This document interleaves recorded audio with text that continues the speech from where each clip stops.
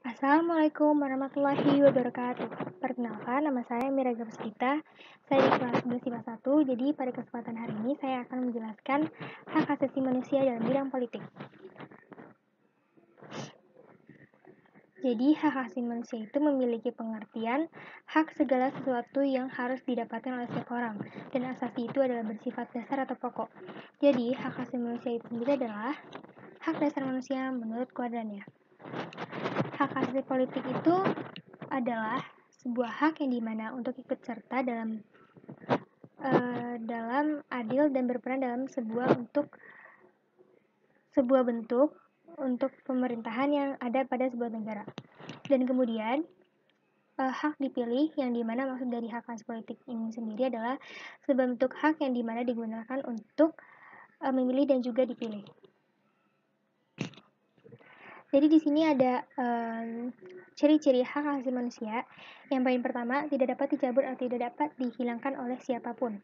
Jadi artinya itu adalah hak tidak dapat dicabut atau tidak dapat dihilangkan oleh siapapun karena masing-masing individu mempunyai hak sejak lahir sampai dia meninggal.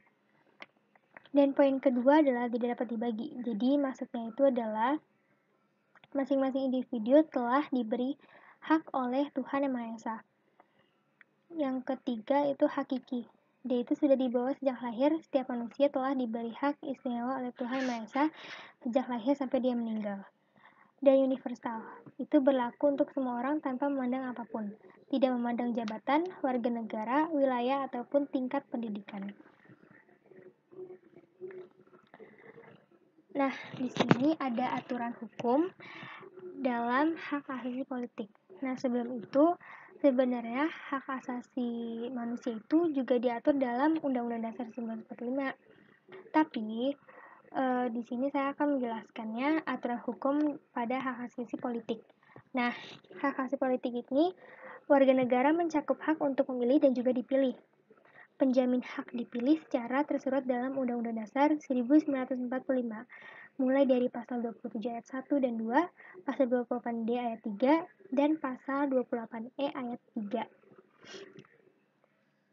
Kedudukan warga negara dalam bidang politik tertuang dalam pasal 28 Undang-Undang Dasar Negara Republik Indonesia tahun 1945.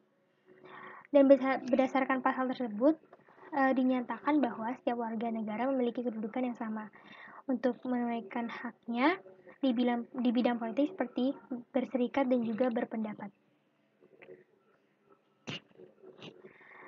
Nah, di sini hak-hak itu juga mempunyai hak yang dijamin. Jadi, hak yang dijamin dalam hak asasi politik ini yang pertama, pastinya hak untuk memilih dan juga dipilih dalam suatu pemilihan, misalnya memilih calon presiden dan lain sebagainya. Yang kedua, hak ikut serta dalam kegiatan pemerintahan. Dan yang ketiga, membuat dan mendirikan partai dan juga organisasi politik. Dan yang terakhir, hak membuat dan mengajukan usulan petisi. Nah, di sini juga ada kasus yang terlibat dalam hak asasi politik.